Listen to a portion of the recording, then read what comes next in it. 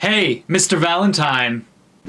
Hello, Jordan. How are you? Are you aware of what day it is, Mr. Valentine? Yes, it's Valentine's Day. Right! Right. Well, at least it's a day or two before Valentine's Day. So, what are you doing for Valentine's Day, Mr. Valentine? Being alone, like most people are. Well, I'm going to be reviewing Crimson Peak. That's what I'm going to do. I thought you hated Crimson Peak. I do hate Crimson Peak. The movie pisses me off. You're strange. You're strange. Oh. Oh.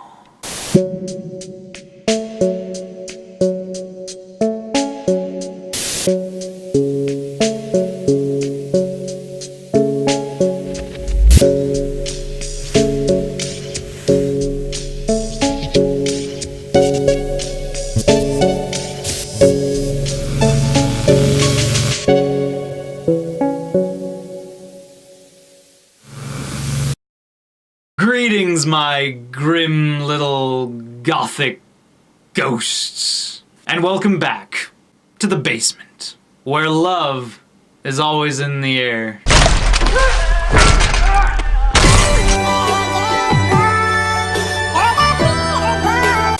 You know what I was excited for when it was first announced? Crimson Peak.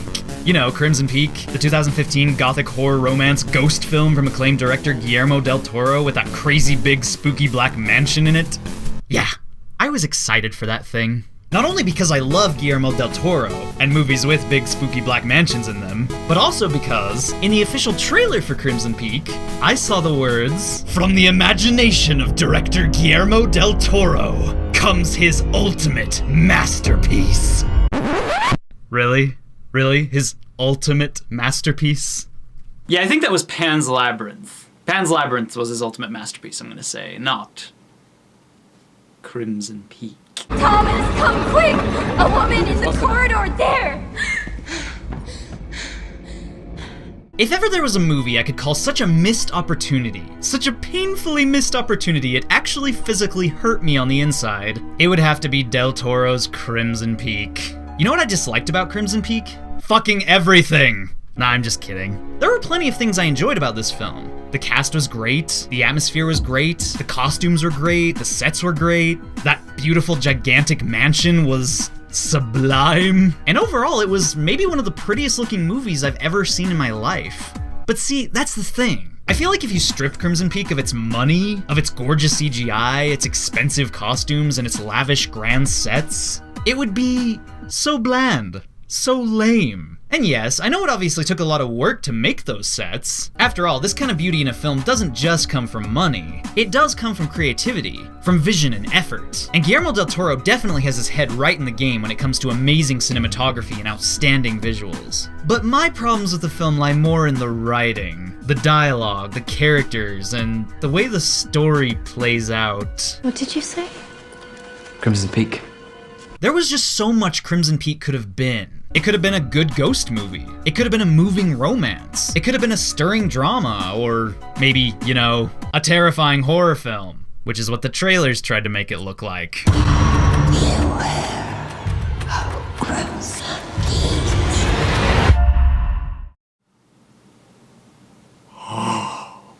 And you know, maybe I'm just disappointed because my expectations are way too high for Guillermo del Toro. I mean, I'm a huge fan of this director, for more reasons than just Pan's Labyrinth. Pan's Labyrinth is one of my favorite modern films of all time, and believe me when I say I do consider it a masterpiece. But a lot of del Toro's other films are cool too. Hellboy, for instance, is a deliciously dark superhero movie. It's got action, it's got heart, it's got comedy, it's got spectacular visuals, marvelous monsters, and Hellboy 2 is even better. So child, make the choice.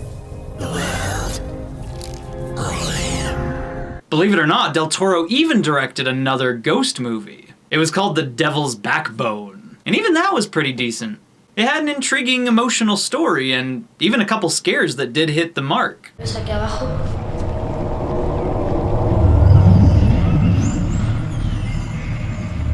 If there's one thing I love about Guillermo del Toro as a director, it's that he puts his personality into his movies. He's a director who always has an idea for what he's doing, and a strong personal touch. Even if he makes a movie that turns out poor, or just flat out terrible, chances are it'll still feel unique. It'll feel Del Toro, and there'll always be passion involved. Like, he never makes movies that feel empty and devoid of life, is what I'm saying. Not even Crimson Peak.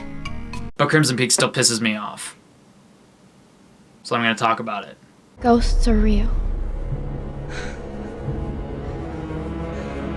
This much I know. So for those of you who don't know, Crimson Peak follows the story of a young woman named Edith, played by Mia Wasikowska, who meets and falls in love with a man named Sir Thomas, played by Tom Hiddleston. I've always closed my eyes to things that make me uncomfortable. It makes everything easier. I don't want to close my eyes. Edith is a confident young writer living in America who's trying to get her manuscript published, but after her father mysteriously dies out of nowhere, she decides to marry Sir Thomas and goes to live with him at his mansion, Allerdale Hall, which sits atop a dilapidated red clay mine, also known as Crimson Peak. And then there's ghosts.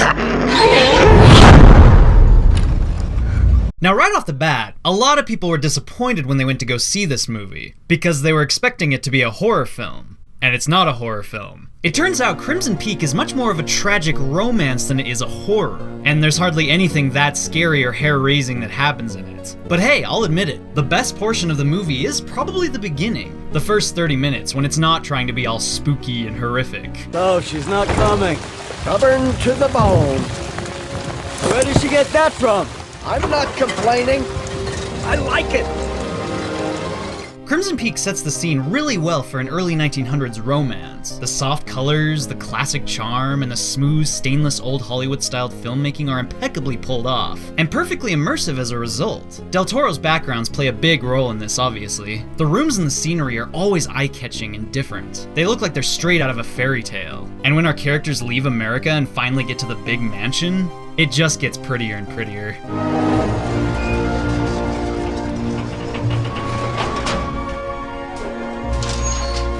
But then, of course, the horror starts to kick in. Everything considered, the fact that Crimson Peak is a romance and not a horror movie is actually a problem. Because not only do the trailers make it look like a horror movie, which automatically leads to a lot of doomed expectations, but the whole thing itself acts like a horror movie. Like, there's a scene early on where Edith meets Sir Thomas's sister, Lady Lucille, and they start talking about how cruel the world is. And then, this shit happens.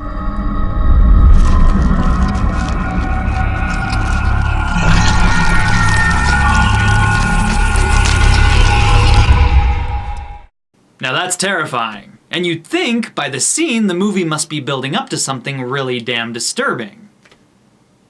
This keeps happening throughout the entire thing, too. The movie is full of jump scares. It's full of atmosphere and tension building. The whole film acts like a horror, not really like a romance. The romance isn't even much of a thing, in my opinion. It'd be one thing if the relationship between Edith and Thomas were believable or endearing, or had inspired original dialogue that built it up well. But in my opinion, personally, it just never amounts to anything.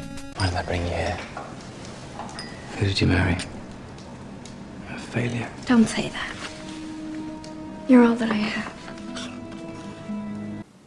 What do you think about love, Mr. Valentine? Nothing. What do you mean, nothing?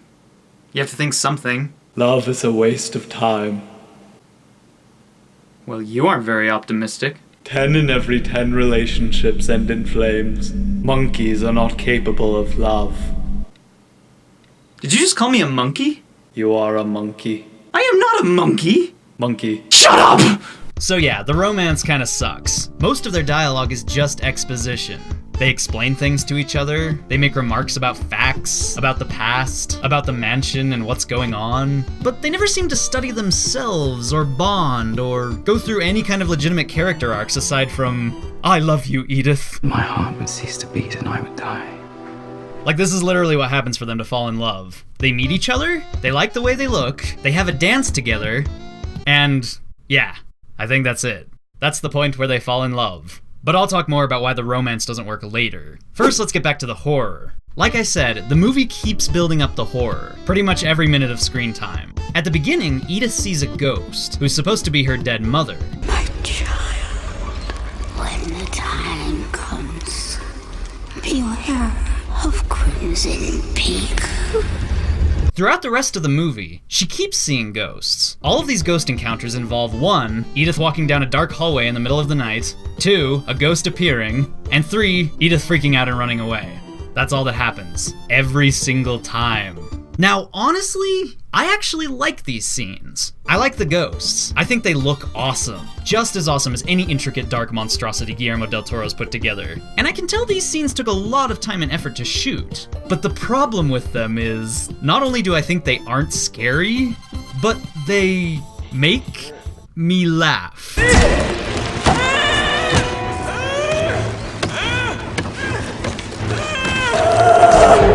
I'm sorry, I just can't watch these scenes without laughing. I break out laughing almost every time I see them. Is that weird that I can say I like these ghosts? I like these scenes, but they're hilarious and not scary? I mean, that's just how I feel. I don't know why I find them so funny. Maybe it has something to do with how the ghosts talk every time they're on screen.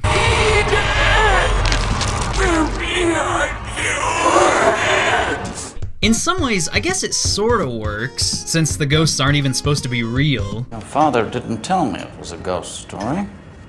Oh, it's not. The ghost is just a metaphor. So there's your blanket statement for the whole movie. The ghosts are just a metaphor. YouTube's just a metaphor. Deep. I know. But that doesn't change anything. That doesn't change the fact that you've built these ghosts up. You've built them up hardcore. And the payoff isn't scary. I mean, fuck, there are a billion things built up throughout this movie. And it seems like none of them ever pay off. Like, remember how I said the mansion is supposed to be sitting on top of a gigantic clay mine? Well, at the start of the movie, it's revealed the mansion is falling apart. And it's actually supposed to be slowly sinking into the red clay. The wood is rotting, and the house is sinking. Well, that's a cool idea. What do you think they do with it? Spoiler alert, nothing. They do absolutely nothing. How cool would it have been if the mansion fell apart and collapsed at the end? What if the climax of the movie all took place in a sinking house? Its walls and floors breaking apart as our characters run for their lives, trying to escape from, I don't know, caving into the ground. Yeah, I wish. But guess what it does all build up to? Guess what the climax of this movie is? I'm gonna tell you. I'm gonna tell you what all these ghosts and all these metaphors and all these big epic sets result to in the end. Are you ready? A knife fight between 2 women. That probably sounded a little sexist. I promise I would have been just as disappointed if it were a knife fight between 2 men. I won't stop until you kill me, or I kill you. So at the end of Crimson Peak, Edith is led by a ghost to Lady Lucille's room in the middle of the night. And it turns out, dun dun dun, Sir Thomas is in love with his sister. They're having sex. And he and Lady Lucille have actually been poisoning our main character all throughout the story, planning to kill her in the end and inherit her fortune so they can have more money. They also killed her dad. Okay, so, for one thing, this completely ruins the romance of the movie. It's not very romantic. I mean, seriously, how am I supposed to get behind a romance where the dude is secretly having sex with his sister and planning to kill the main character? That's not romantic. That's not romantic at all. And I don't care if he's like, oh, Edith, I'm sorry for what I did. I'm on your side now and I've changed my mind. That doesn't matter. That doesn't change anything. The dynamic sucks. You told me you love me. I do. Edith, please. Please trust me one more time. Hey, Mr. Valentine, do you think I'll ever get married? What? Do you think I'll ever get married? Why are you asking me this? Because you're Mr. Valentine. I want your advice. Why would you want to get married? Because! Someday I want someone to belong to me. Belong to you? What a childly possessive idea. What's wrong with you? The demand to be loved is the greatest of all arrogant presumptions. What are you talking about? If you really loved someone, why would you demand they belong to you? Wouldn't you just love them for who they are? Allow them to be self-fulfilled and independently happy? I don't like talking to you. Oh, and not only is the shitty romance ruined by the end of the movie, everything else is pretty much ruined too. I'm actually surprised Chris Stuckman, famed YouTube reviewer, said he liked the last 15 minutes of Crimson Peak more than anything else in the film. The last 15 minutes of this movie are great. They're what I wanted the whole movie to be like. The last 15 minutes are intense and exciting and gory, and I was like, wow, this is what Crimson Peak should have been like, the last 15 minutes. Now, no disrespect to Chris Stuckman. I love that guy, and I'm all for heavily differing opinions on things. But I couldn't disagree with him harder on this. The last 15 minutes of Crimson Peak are the worst parts ever, in my opinion. The knife fight at the end is horrible. Horrible because it's not thrilling because it's hilarious. That is literally the climax right there. She gets hit in the face with a shovel. I was laughing so hard when I watched that for the first time. I won't stop until you kill me, or I kill you. And there's nothing else to it after that. See, I feel like this movie was trying to follow in the footsteps of The Shining or something. Like, it was building itself up with a lot of ghosts, a lot of spookiness, a gargantuan mansion, and in the end, the horror just erupted from a human being who'd been there all along. I'm not gonna hurt you. I'm just gonna bash your brains in. I'm gonna bash them right the fuck in. But see, in The Shining, that person was Jack Nicholson, and his character was scary. He was intimidating. In Crimson Peak, Lady Lucille is not intimidating, in my opinion. Not only can you tell this chick is gonna be the villain from the very first second you hear her talk, but she's not crazy enough. I feel like if the villain is gonna be a person with a knife, it should be a more frightening, crazy, and unpredictable person with a knife.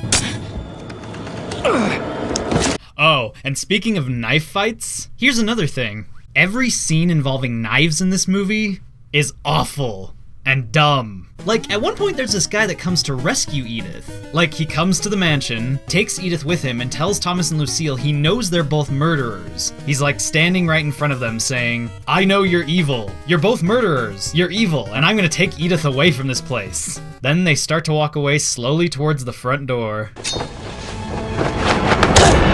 Oh my! She stabbed you with a knife! Who could have possibly seen that coming? It's not like you were just standing there in front of two psychopath murderers, telling them they're psychopath murderers and that you're going to slowly and calmly leave their house.